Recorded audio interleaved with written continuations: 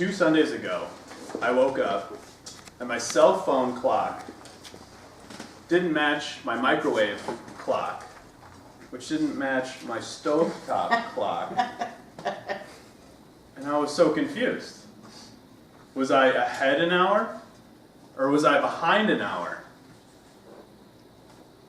Then I realized, is it daylight savings time? How many people felt like that 2 Sundays ago? How many people felt robbed of that 1 hour of their day they still want to get back? Me too. Recently I listened to a podcast about the history of time. And it was very interesting in that every city in the pre-1800s all had their own time. And time was very confusing for a lot of people. And then I brought back this experience that I woke up and I realized that my times were off by a little bit, and then I instantly realized it and corrected it. But looking back in hindsight, it could be a lot worse. So I want to walk you through a little bit of the history of time. Mr. Toastmaster, fellow Toastmasters, and no guests. In the pre-1800s, time was very confusing. Each city had their own specific time, and that's because time was kept through sundials.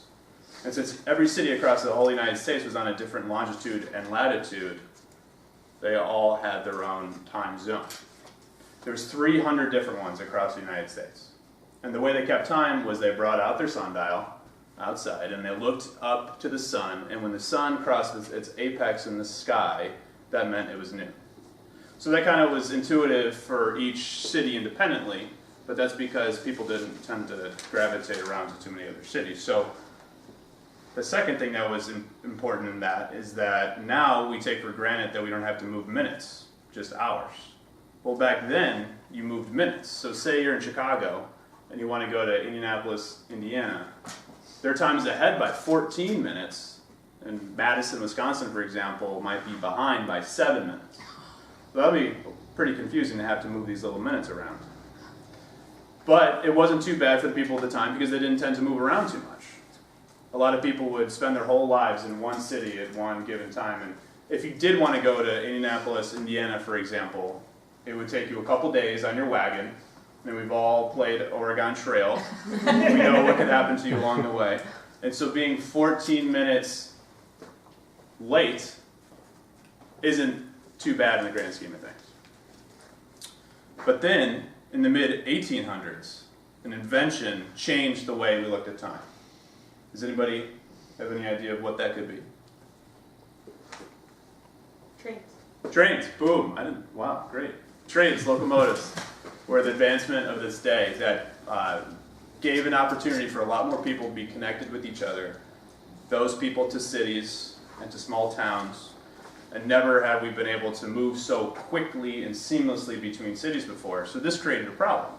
Every time locomotives came through stations, they had to then use the local time, the sun time.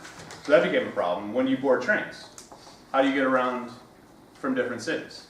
So train operators enacted a system in that anytime you wanted to board a train, you used the city of origin as the factor time. So if I were to go board a train in Ohio, on its way to Boston, I'd most likely need to set my watch to Kansas time, because that's where the train ended up originating from. So that could be, by itself, pretty confusing alone. And just think of if you were to switch trains, it would just be a total nightmare. On top of this, at the time, meteorologists stepped in, and they had a big problem with the way time was kept.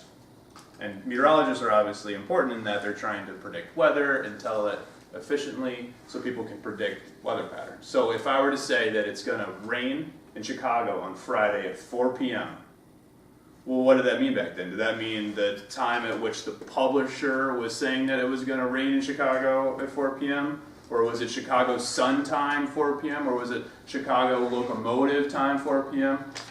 They didn't have a way to communicate that accurately. And also, meteorologists read weather patterns from pole to pole. Typically, fronts come in from the south to the north.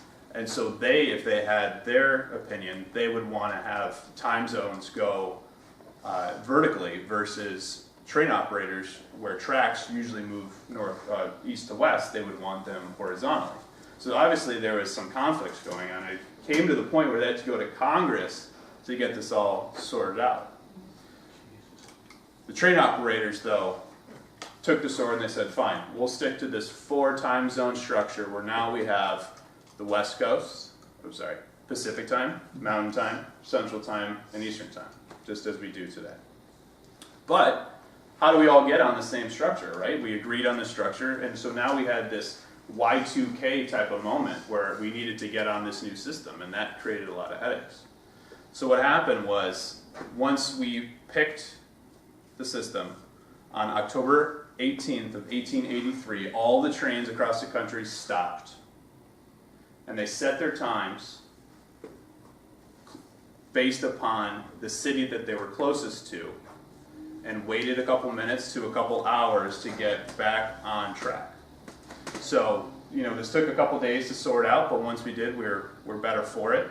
A lot of people didn't want to adapt the new system. There was stories of a mayor in Ohio that didn't want to be on Eastern time because they felt they should be on Central, and so he promised to lock up all the clocks in the area that read Central time, or that read Eastern time, because he wanted it to be on Central time. So there was some conflict, but if we were to look back 2 Sundays ago, waking up, being confused, and thinking, this system is stupid, I hate this.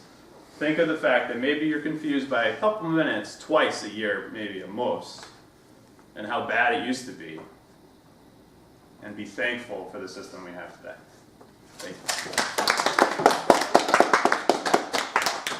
Thank you, David. I saw you were a little surprised that I knew about trains, but what you may not have realized is I was going back in time to last year, or maybe the year before when you gave this speech, and I first learned about trains being on daylight savings time.